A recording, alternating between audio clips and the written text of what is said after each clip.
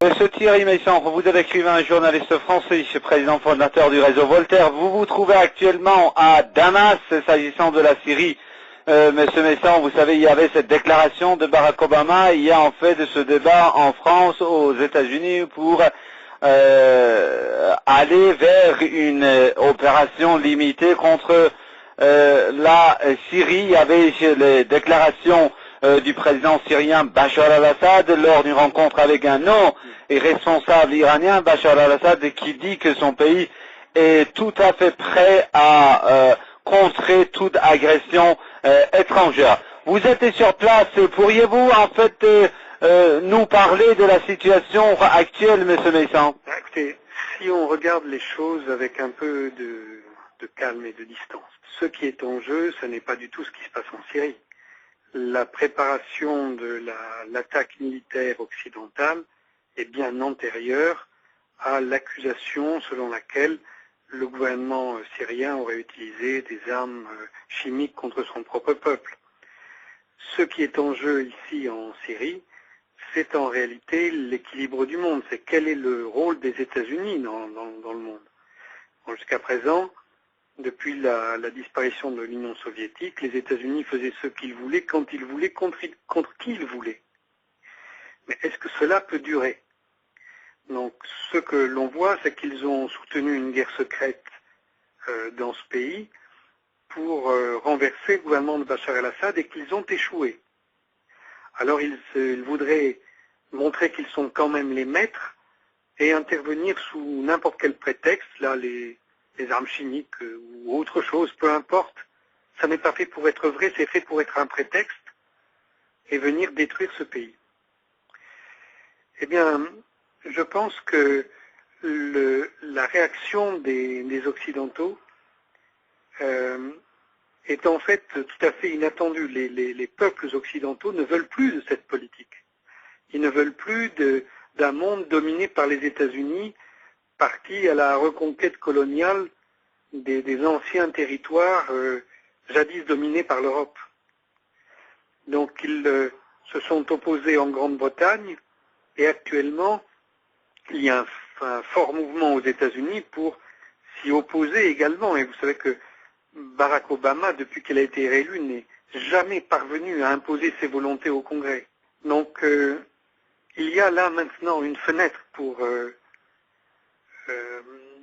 sortir de la guerre. Cette fenêtre, c'est l'Assemblée générale des Nations unies.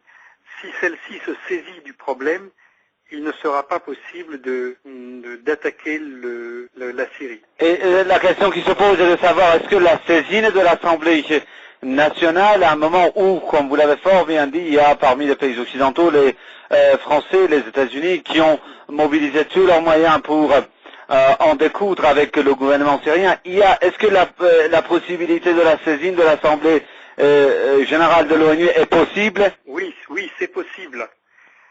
Depuis la guerre de Corée et sur proposition de Dean Acheson, qui était le secrétaire d'État des États-Unis, l'Assemblée générale a la possibilité de s'auto-saisir d'un problème comme celui-ci lorsque l'on constate que le Conseil de sécurité est bloqué par les désaccords entre les membres permanents. Et si l'Assemblée générale se prononçait aujourd'hui sur la question des bombardements prétendument pour empêcher le régime de continuer à utiliser des armes chimiques contre son peuple, s'il se saisissait de cette question, il ne fait aucun doute que l'Assemblée générale interdirait le bombardement de la Syrie. Et ça ne fait pas de doute parce que habituellement, les États occidentaux exercent des pressions sur l'ensemble des États pauvres qu'ils tiennent dans leurs mains. Mais là, ni le Royaume-Uni, ni les États-Unis ne pourraient le faire. Le Royaume-Uni parce que ça n'est plus sa politique officielle, et les États-Unis parce qu'ils ne peuvent pas anticiper sur les débats et le vote du Congrès. Donc il y a, pendant une semaine, la possibilité de saisir l'Assemblée générale et d'interdire le bombardement de la Syrie. Et ça, ce serait la fin de la guerre, parce que s'il n'y a pas de bombardement, il n'y a pas non plus de perspective de renverser le gouvernement pour les groupes armés financés par les États-Unis. Monsieur Messon, considérez-vous que l'opposition, une éventuelle opposition du Congrès à cette décision de Barack Obama de partir pour la guerre contre la Syrie également comme une fenêtre pour empêcher la guerre? Oui, bien sûr. Mais cela ne suffira pas parce que le Congrès des États-Unis peut éventuellement demander au président de ne pas bombarder le pays, mais il est peu probable qu'ils lui disent de ne pas continuer à financer la guerre secrète, de ne pas continuer à l'organiser. Actuellement, il y a l'organisation d'une préalable d'une attaque contre Damas depuis la Jordanie, où se sont réunis les chefs d'état-major des principaux pays de l'OTAN et du Golfe.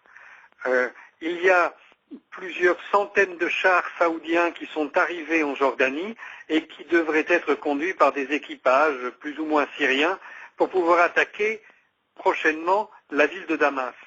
Donc ça, il est peu probable que le Congrès s'y oppose.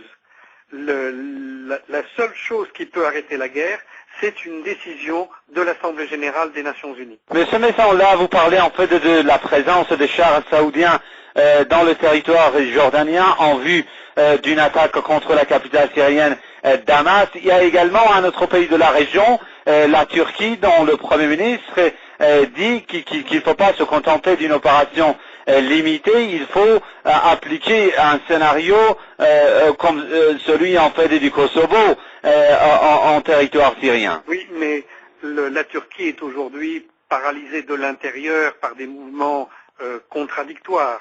Et d'autre part, la Turquie étant membre de l'OTAN, elle ne peut pas prendre seule l'initiative de rentrer en guerre contre la Syrie. Elle est donc pour le moment en réserve, même si elle utilise son territoire au profit de ceux qui attaquent